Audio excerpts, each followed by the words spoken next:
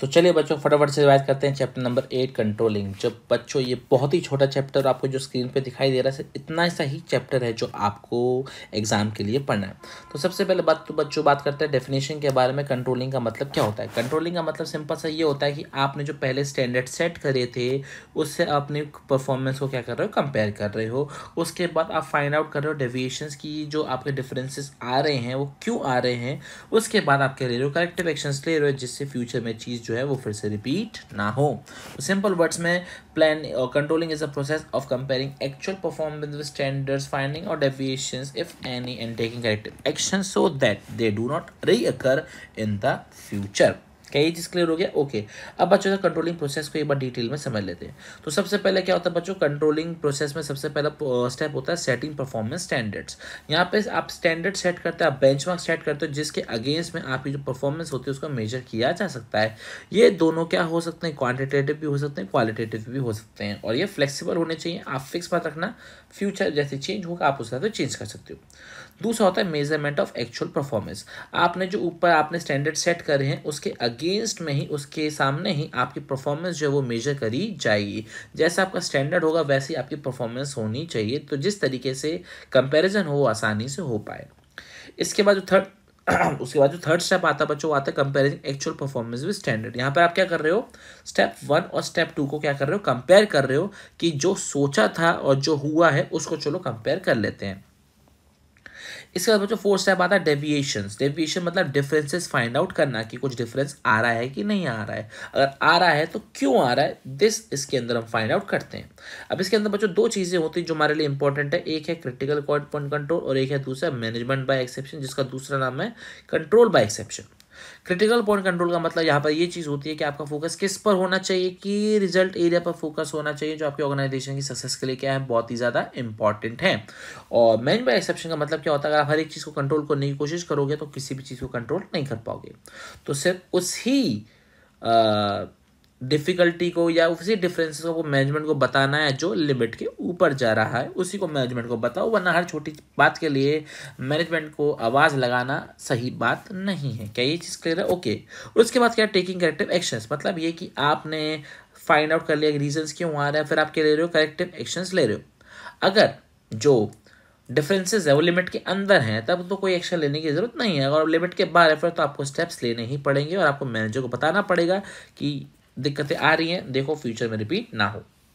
तो बच्चों ये थी हमारी कंट्रोलिंग प्रोसेस। अब बच्चों बात करते हैं इंपॉर्टेंस ऑफ कंट्रोलिंग के बारे में। तो सबसे पहले कंट्रोलिंग क्यों कर रहे हैं, अपने गोल्स को अचीव करने के लिए। क्या ये चीज़ क्लियर हो गया? ओके। और अचीव नहीं हो रहा तो डेफिशिएंसी फाइंड आउट करते हैं और फिर उसको करेक्टिव एक्शंस लेके अचीव करते हैं। इसके बाद आता है बच्चों कंट्रोलिंग इसलिए भी करते हैं ये चेक करने के लिए जो हमने स्टैंडर्ड सेट करे थे वो सही थे कि नहीं सही थे। ऐसा नहीं तो नहीं था कि हमने स्टैंडर्ड ही अलग सेट कर दिया था, गलत सेट कर दिया था और बाद में पता चला कि हमारी परफॉर्मेंस बहुत बेकार हो गई और अपने आप को ही जबरदस्ती हम क्या कर रहे हैं, डांटे जा रहे हैं। तो ऐसा नहीं होना चाहिए। अब जैसे सीए के एग्जाम में कोई कहता है कि मुझे 100 नंबर लेकर आने हैं, मुझे 100 मार्क्स स्कोर करने हैं, तो it is very difficult to score 100 marks. तो अगर आपके नहीं भी आते हैं तो आपको लगेगा कि हाँ भाई ठीक है, मैंने स्टैंडर्ड को ज़्यादा ही ऊंचा सेट कर लिया था। तो it is very difficult to score 100 marks in CA exams. Clear हो गया? ओके।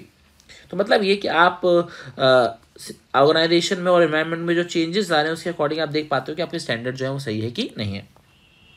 तीसरा, making efficient use of resources, वही जो मैंने आपको आगे बताया था, ऑप्टिमम यूटिलाइजेशन ऑफ रिसोर्सेज। क्योंकि यहाँ पर आपको पता है, आई रिपीट, यहाँ पर आपको पता है कि किस हिसाब से आपकी परफॉर्मेंस को मेजर किया जाएगा, तो उस हिसाब से आप बढ़िया तरीके से काम करने की कोशिश करते हो। सेम वे आपको पहले से पता है कि आप क्या काम करने वाले, तो ऑर्डर और डिसिप्लिन मेंटेन होता है। इस हिसाब से आपका मोटिवेशन भी इंक्रीज होता है क्योंकि आपको पहले से ही पता है कि अगर मैंने ये टारगेट अचीव कर लिया तो मुझे प्रमोशन मिलेगा, ये टारगेट मैंने अचीव कर लिया तो मुझे क्या मिल जाएगा, इंसेंटिव मिल जाएगा, बोनस मिल जाएगा। तो इससे एम्प्लॉय भी मोटिवेशन रहता है कि मुझे बस ये टारगेट या ये स्टैंडर्ड है जो अचीव करना है। और इसके अलावा कोऑर्डिनेशन करने में हेल्प करता है हमारा कौन, कंट्रोलिंग टॉपिक। कैसे, अगर जहाँ भी कंट्रोलिंग मिसिंग होगा तो ये स्टेप्स लिया जाएगा और यहाँ पर हम कंट्रोलिंग को क्या कर लेंगे, इफेक्टिवली मैनेज कर लेंगे। क्या ये चीज़ क्लियर है आपको? ओके। अब बच्चों आता हमारा लास्ट टॉपिक इस पर्टिकुलर चैप्टर का, that is relationship between planning and controlling. अब सबसे पहले क्या रहेगा, controlling is blind without planning. मतलब ये अगर प्लानिंग नहीं होगी तो कंट्रोलिंग नहीं कर पाओगे। अगर आपने पहले से कोई टारगेट सेट ही नहीं किया होगा तो कंपेयर किससे करोगे, और जब कंपेयर ही नहीं कर पाओगे तो डिफरेंसेस का पता कहाँ से चलेगा। क्या ये चीज़ क्लियर है? ओके। दूसरा, planning without controlling is meaningless. आपने टारगेट सेट कर लिया, बाद में आप यही चेक नहीं कर रहे हो क्या आपका अचीव हुआ कि नहीं हुआ, तो फिर प्लान बनाए ही क्यों थे। समझ में आई चीज़। तो planning without controlling is meaningless. आप बाद में चेक करते हो ना कि आपने कैसा काम हुआ, डिफरेंशियल्स लेते हो वगैरह वगैरह चीज़ें, ठीक है। इसके अलावा प्लानिंग प्रिस्क्राइब करता है कि क्या काम आप कर सकते हो, बस कंट्रोलिंग चेक करता है कि आपने वो काम किया है कि नहीं किया है।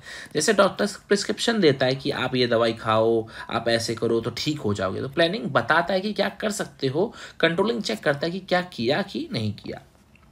इसके अलावा प्लानिंग और कंट्रोलिंग दोनों फॉरवर्ड लुकिंग है। बिल्कुल सही, प्लानिंग आप फ्यूचर डिसीजन ले रहे हो इसलिए क्या है, फॉरवर्ड लुकिंग है। कंट्रोलिंग फॉरवर्ड लुकिंग क्यों है, क्योंकि आप फ्यूचर एक्शंस को आप करेक्टिव एक्शंस लेते हो जिससे फ्यूचर में वो चीज़ आपकी रिपीट ना हो और आपके जो परफॉर्मेंस है वो बढ़िया हो जाए।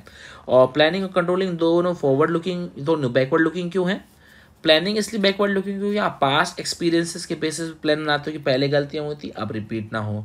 और कंट्रोलिंग बैकवर्ड लुकिंग क्यों है, क्योंकि आपने पहले स्टैंडर्ड सेट करे थे, अब आप ये चेक कर रहे हो कि आपका काम अचीव हुआ कि नहीं हुआ। तो बच्चों यही है कि सिंपल सा चीज़, और ये है आपका छोटा सा कंट्रोलिंग चैप्टर। आई होप बच्चों आपको समझ में आया होगा अच्छे से। तो बच्चों वीडियो को लाइक कर देना याद से। जय हिंद।